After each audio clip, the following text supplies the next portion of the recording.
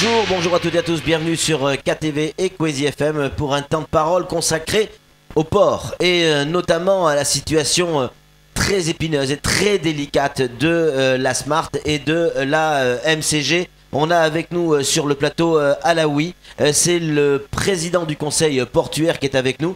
Président, bonjour. Oui, bonjour Alors, Patrick. Déjà, je voulais vous remercier avant même que vous puissiez prononcer un mot parce que la situation est compliquée.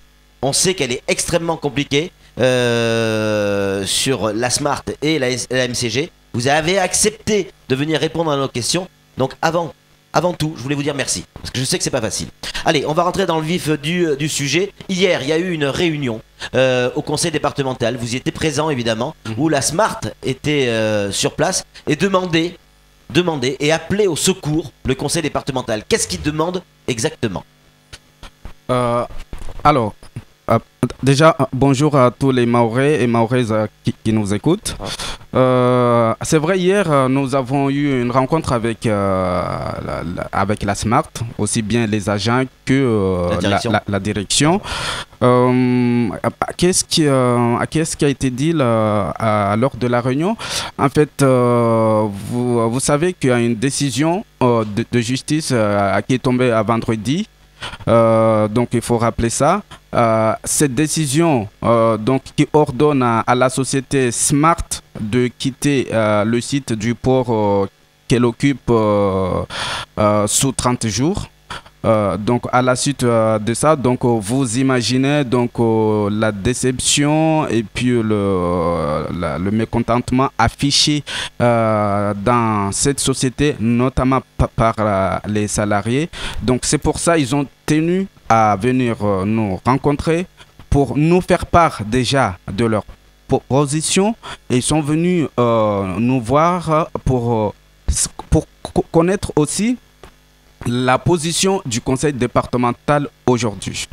Et alors, qu'est-ce que vous l'avez répondu? Nous avons discuté. Il n'y a pas encore eu de réponse. Mais on a remis encore à aujourd'hui parce que vous savez, le dossier n'est pas très facile, n'est pas du tout facile. Je rappelle que le dossier auquel on a hérité. Donc à tout le monde le sait que c'est un véritable bombe. Donc nous voyons encore aujourd'hui avec la Smart, et puis on verra dans quelle direction va évoluer la discussion. Est-ce qu'il y a encore des solutions? On a le sentiment, quand on regarde, quand on prend 3-4 mètres de recul et qu'on regarde la situation, il y a une décision de justice. Ils ne peuvent plus aller sur le port. On voit mal Idanel faire marche arrière. Le conseil départemental aujourd'hui n'a plus de munitions puisqu'il y a une décision de justice. Le conseil départemental ne pourra pas aller contre cette décision de justice. On a l'impression que l'histoire est pliée. Que vont devenir ces 200 salariés ou 196 salariés de la Smart? Est-ce qu'aujourd'hui ils sont condamnés? Non, je ne dirais pas que les salariés sont condamnés. Il faudrait que les deux sociétés, donc ici en question, la MCG et la Smart, se remettent sur la table pour discuter et avoir dans le viseur justement ces salariés-là. Donc il faut voir que ça. Donc à sauver les salariés qui travaillent au port. Donc tout cela ne peut se passer que par un accord et des négociations entre les deux sociétés. Un message, un SMS qui vient d'arriver. Ce dossier, Alaoui, vous le connaissez, il est pourri depuis le début. Est-ce qu'il y a encore des solutions? Vous êtes d'accord sur le fait que ce dossier est pourri depuis le début? Mais évidemment, c'est un dossier pourri, justement, qu'on hérite.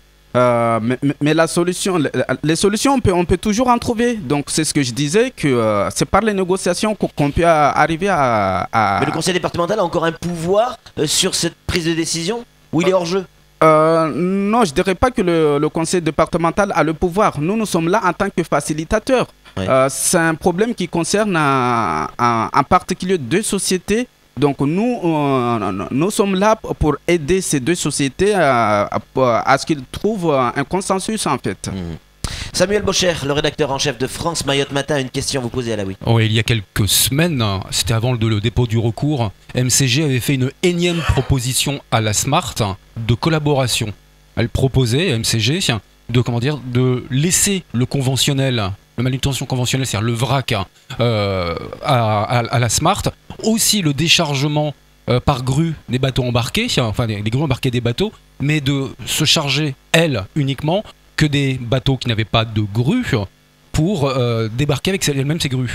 Ça paraissait équilibré, d'autant qu'elle reprend de plus en plus de personnes. La Smart pourrait survivre. Pourquoi est-ce que la Smart s'entête? Alors, je ne sais pas pourquoi la Smart tire comme ça. Je dirais pas qu'elle tire. À mon avis, dans cette convention ou cet accord qui a été proposé, il faudrait que chacun puisse faire une concession donc, pour arriver à un juste milieu. Donc, j'ai pas eu à connaissance personnellement de ce qui a été proposé, mais à mon avis, il faudrait que les deux sociétés ou les deux dirigeants de ces deux sociétés arrivent à chacun à concéder par rapport à par rapport à leur position actuellement. Vous avez croisé tout à l'heure en sortant, vous avez vu Salim Naouda qui sortait de ce plateau. On a bien compris qu'on va tout droit le 3 novembre vers une grève générale, publique, privée. Il parlait à l'instant des salariés de la Smart. Vous les avez rencontrés, ces salariés de la Smart. Dans quel état d'esprit ils sont aujourd'hui? Alors, par rapport à la décision qui est tombée, donc vous imaginez, donc les salariés sont bien abattus. Mais moi, je leur dis que tout n'est pas perdu. Donc voilà. Donc il faudrait donc qu'ils se ressaisissent du problème. Encourager notamment leur direction à ce qu'ils reviennent sur la table avec MCG. Pour discuter, parce que le but est ici de sauver quand même ces salariés-là, parce que derrière les salariés, on sait c'est plusieurs familles qui sont concernées ici. Mais est-ce que cette DSP a été bien faite? Ah là oui. Parce que quand on voit aujourd'hui, on peut se poser la question, pourquoi ne pas avoir imaginé le problème au moment de la rédaction du cahier des charges de cette DSP? Parce que ce qui arrive là aujourd'hui, c'était largement prévisible, me semble-t-il. Hein. Vous êtes d'accord avec ça? Je dirais que la DSP n'est pas bien faite. Parce que si c'était le cas, on n'en serait pas là aujourd'hui. Justement, parce que je ne sais pas si les rédacteurs du document, ou en tout cas les conseillers qui étaient autour de ce document-là, il leur a, je ne sais pas s'il leur a paru nécessaire de ne pas mentionner le mot manutention, parce qu'aujourd'hui, c'est le problème à qui se pose, c'est la manutention au port. Donc, pourquoi il n'a pas été mentionné nulle part cette activité? Donc aujourd'hui, il nous pose un problème. Évidemment, chaque société dit que, étant donné que nul n'a été mentionné, donc chacun se donne raison par rapport à ça. On va donner la parole à Flo et à Sam.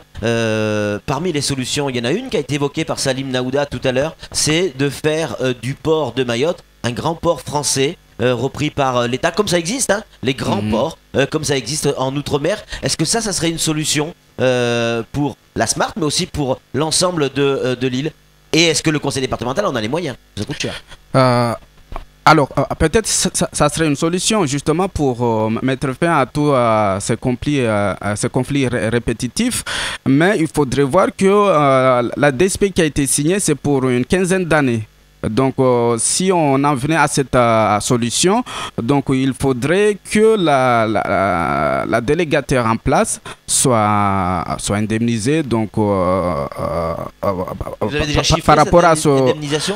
Alors, on montrait à une indemnité qui, de plus en tout cas, au minimum de 44 millions. Donc, vous imaginez avec la situation actuelle du conseil départemental, donc la solution n'est pas envisageable, en tout cas pour le moment. Donc, Flo, une réaction. Oui, parce que moi, la question que je me pose, de toute façon, il y a eu une décision de justice qui a été prise, donc plus rien n'oblige MCG à revenir à la table des négociations. Vous parlez de négociations. Le problème, c'est la Smart ou c'est la direction de la Smart? Le problème, je dirais que c'est la Smart. Donc, parce que il faut qu'on arrive quand même à sauver tous ces salariés. Vous savez, à la Smart, il y a quand même 189 salariés exactement. Donc, vous imaginez que c'est pas une simple affaire. Ouais, 189 salariés, c'est 189 familles. Hein. Samuel, une réaction. Mais dans tous les cas, qu'on en fasse un grand port français ou pas, dans tous les cas, il faut bien qu'un jour la concurrence s'installe au port de Longoni en termes de manutention. On ne pourra pas laisser la Smart avec une situation de monopole global. L'Europe ne l'acceptera pas. Certes, aujourd'hui, on voit que la Smart a une situation de monopole au port de Longoni. Cette situation se ramenait à évoluer, bien évidemment. Mais en tout cas, à l'heure actuelle, vu l'activité qui se fait, donc en tout cas, cela n'est pas envisageable aujourd'hui. Mais certes, il faudrait qu'à l'avenir, aussi bien la Smart que MCG se disent qu'on évolue dans le droit, mais maintenant on fait partie de l'Europe. Donc il faudrait que les choses évoluent aussi au niveau du port. Une décision de justice très claire, une solution pour le grand port, pas pour tout de suite, en tout cas pas avant 15 ans, le conseil départemental n'en a pas les moyens, rien n'oblige Idanel à revenir à la table des négociations, la direction de la Smart qui s'entête pour garder effectivement son fonctionnement. Donnez-nous une raison d'espérer, donnez-nous, j'allais dire, un point qui permet d'espérer pour ces salariés, parce que aujourd'hui, et en toute franchise, c'est à eux que je pense aujourd'hui. C'est 190 salariés qui risquent de se retrouver à la rue demain. Oui, non, moi j'ai encore espoir. En tout cas, les élus du département, nous avons espoir. Parce que, comme je l'ai dit, donc on se revoit encore aujourd'hui avec la Smart. Et puis, MCG a tendu la main pour qu'on revienne à la table des négociations. Donc, je dis qu'avec tous ces gestes, il y a encore un espoir. Donc, il faut y croire. Il ne faut pas oublier non plus qu'il y a un recours en annulation engagé par Lavalin sur la DSP, si je dis pas de bêtises. Ça peut encore faire changer les choses, Samuel ? Ça pourrait, oui, parce que ça remet en question l'existence même de la convention qui a été signée le 1er novembre 2013. C'est la contestation de l'attribution à MCG. Mais ça ne réglerait pas la problématique Smart, puisque je vous rappelle que le dossier qui était porté par Lavalin avec la Chambre de commerce et de l'industrie travaillait avec Bolloré pour la manutention. Et là, c'est encore pire.